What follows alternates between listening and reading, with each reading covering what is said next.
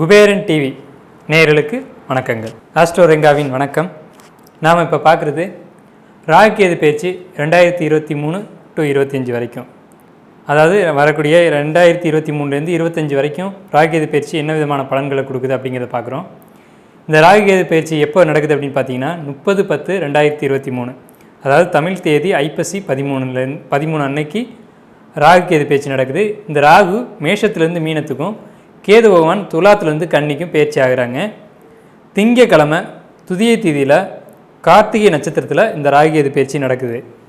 இந்த ராகு கேது பயிற்சி என்ன விதமான பலன்களை கொடுக்குது அப்படின்னு நம்ம பார்க்கும்போது, இந்த ராகு கேது பயிற்சியானது கிருத்திகை நட்சத்திரம் அன்று நடக்கிறதுனால, கிருத்திகை நட்சத்திரம் அப்படிங்கிறது சூரியனுடைய வெப்பத்தை தாங்கிய நட்சத்திரம்னு அர்த்தம்.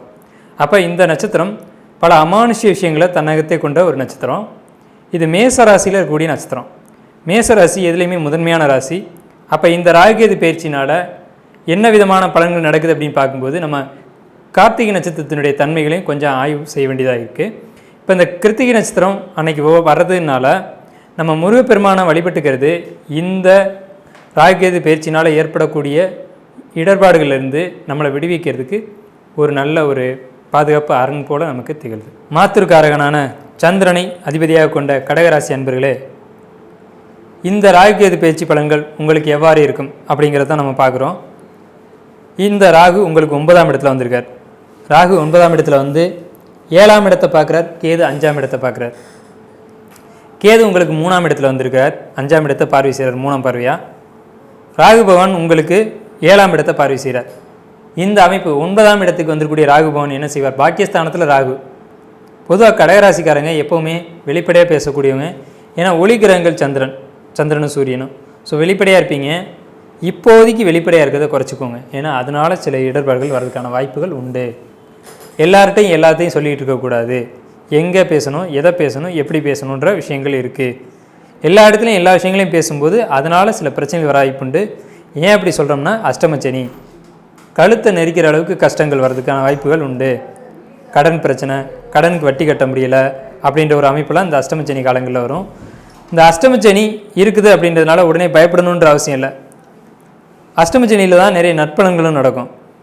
என்ன மாதிரியான நல்ல விஷயங்கள் நடக்கும் அப்படின்னா, குழந்தை கிடைக்கிறது, திருமணம் நடக்கிறது, அதே மாதிரி வீடு கட்டுறது, வீடு வாங்கிறது, வண்டி வாங்கிறது, சொத்து பத்து சேர்க்கை, இதெல்லாத்தையும் கொடுத்து கூடவே கடனையும் போகக்கூடிய அமைப்பு தான் அஷ்டமச்சனி.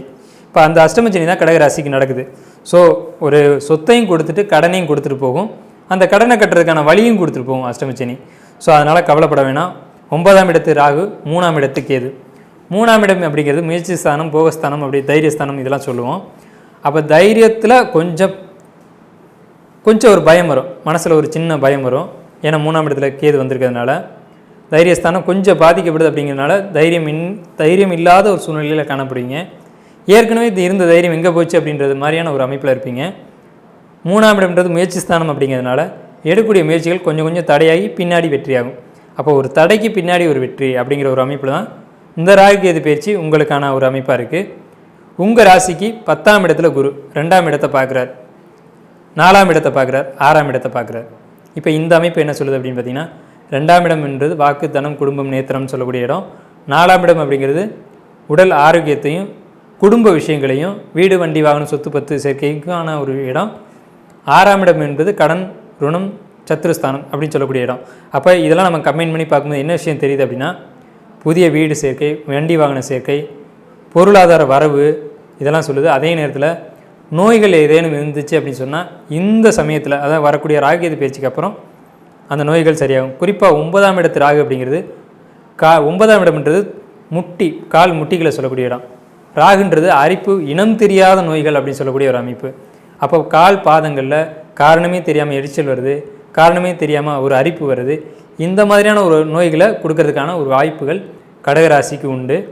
ஸோ இந்த நோய்களை மருத்துவத்தின் மூலமாக தீர்க்க முடியுமா அப்படின்னா, ராகு கொடுக்கக்கூடிய நோய் எப்போதுமே மருத்துவத்தின் மூலம் தீர்க்க முடியாது. மாந்திரிக வழிகளில் தான் மந்திரிக்கிறேன் அல்லது ஹீலிங் பண்ணுறேன் அப்படின்ற அந்த அமைப்புகளில் தான் நோயை சரி பண்ண முடியும். ஸோ இதை மட்டும் கடகராசிக்காரங்க பார்த்துக்கோங்க. நோய்களுக்கு மருந்து எடுத்துக்க வேணாம், மருந்தும் விஷமாக மாறுறதுக்கான ஒரு வாய்ப்பு உண்டு. உணவில் கவனம் செலுத்தணுங்க. ஏன்னா 2ஆம் இடத்தை சனி பார்க்குறாரு. 3ஆம் இடத்துல கேது இருக்கார். கடகராசிக்காரங்க உணவை கவனிச்சுக்கணும். என்ன சாப்பிட்றோம், ஏது சாப்பிட்றோன்னு பார்த்து சாப்பிடணும். ஏன்னா ஃபுட் பாய்சன் ஆகிறதுக்கான வாய்ப்பு நிறையவே இருக்குது. ஸோ அதனால் கடகராசிக்காரங்க உணவில் கவனம் செலுத்தணும். 2ஆம் இடத்தை சனி பார்க்குறதுனால நான்வெஜ் கண்டிப்பாக சாப்பிடக்கூடாது. சனின்றதான் நான்வெஜ். அப்போ கறிகள் சாப்பிடக்கூடாது, நான்வெஜ் சாப்பிடக்கூடாது. சாப்பிட்டாங்க அப்படின்னா உடம்புல தொந்தரவுகள் வரும். ஸோ இதை தவிர்த்துக்கிறது தான் கடகராசிக்கான ஒரு பரிகாரமாக நம்ம சொல்கிறோம்.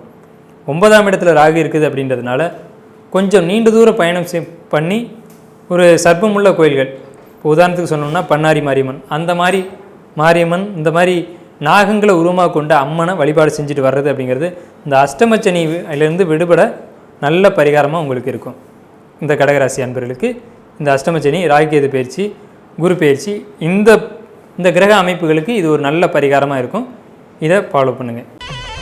ஸ்ரீ குபேரன் டிவியை பார்த்தமைக்கு நன்றிகள். மேலும் இது போன்ற தகவல்களை தெரிந்து கொள்ள ஸ்ரீ குபேரன் டிவியை சப்ஸ்கிரைப் செய்யுங்கள். மறக்காமல் பெல் ஐக்கானை கிளிக் செய்யுங்கள்.